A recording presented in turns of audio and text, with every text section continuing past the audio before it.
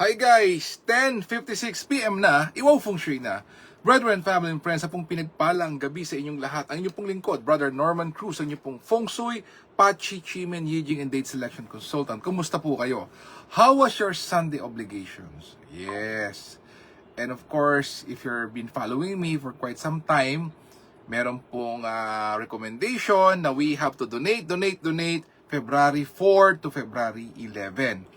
And so happen ngayon po February 9, tamang-tama po sa Sunday Mass, daily obligation, Sunday obligation, maganda po sana yung timing. But again, if you forgot to donate or you were not able to attend the Mass or your place of worship, meron pa tomorrow and 11 to make a donation. Any form po naman, church, charity, person, temple, online po, don't forget. Please don't forget. And tapos po, pag natapos siya na, ito po, usapan po ito ha. Pag natapos ito, don't ask me na, kailan ba pwede mag-donate na parang equivalent ng February 4 to 11? Next year na po yun. Meron na pong instruction ngayon, meron na pong klarong recommendation, do it. May 2 days ka pa, BFF. Gawin mo. Yeah. Hindi mo pwedeng iasa to. Ikaw po mismo ang dapat pong gumawa po nito. Okay? We are, nagkakaintindihan po tayo dyan. And Sunday is also considered as the first day of the week. Sana po nasimulan natin ng tama by our Sunday obligation. And siyempre po yung pagbibigay. Okay, BFF, tomorrow, Monday, back to reality. And of course, then again, tingnan natin, ano po ba ang meron tomorrow, Kuya Norman? Kasi, ganun pong kabilis, no po, BFF. Okay, February 10, says here, the metal dog enters the success officer day. So, success ito. Ano po ba ang pwedeng gawin? Ang sabi dito is, ang red niya po na suitable is begin a new study or education. Yung pong recommendation. All other things not recommended. Sa horoscope forecast for the zodiac animal signs, rat is not so good, average pong ox, best ang tiger and rabbit, not so good ang dragon, average po ang snake, best ang horse, average ang goat, not so good for the monkey, average ang rooster, best for the dog, and average po for the pig. Ayan. Okay. Tingnan natin. Daily Chimen. Opo. Wow, let us see the Daily Chimen. Okay.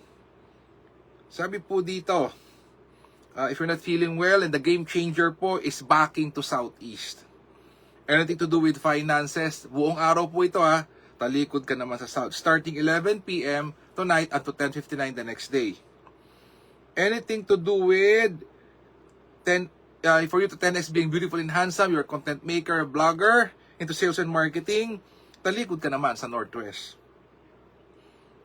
If you want to create opportunities, talikod naman sa east. Okay. And then, RFF. Kumpletuhin na natin. Meron po bang green dragon, flying bird, fall into cave? Tingnan po natin. Opo. Just to be sure that everything is in its proper perspective. Ayan. Tingnan natin. February 10. Okay. Wow. Okay. February 10. Sabi po dito, as early as 5 AM to 6:59 AM, talikod sa southwest, may Jade Maiden watching the door. Another Jade Maiden po, talikod naman sa west, ng 9 AM to 10:59 AM. And of course, the Green Dragon returns, 11 AM to 12:59 PM, talikod naman sa northwest. So, sa Chimen po, the language is backing, nakaupo, nakatalikod, you do 5 things, you count from 64 to 1 and do the 5 things. Let go, open up, give thanks, ask for what you want, and donate. Don't forget that, BFF. I know, BFF, some of you are preparing for tomorrow, and baka po might as well tulog na rin po kayo, but you can, of course, pwede naman po itong i-replay. Ang ating exchange of energies is like and share, don't forget. And due to request, sige po, try nating agahan, no po. Mga susunod po natin mga sharing. Again, BFF, let us continuously pray for each other. Let us heal as one. Let us pray for our leaders. Let us pray for world peace. Let us heal as one. Let us be a blessing to others. God bless us all. With a grateful heart.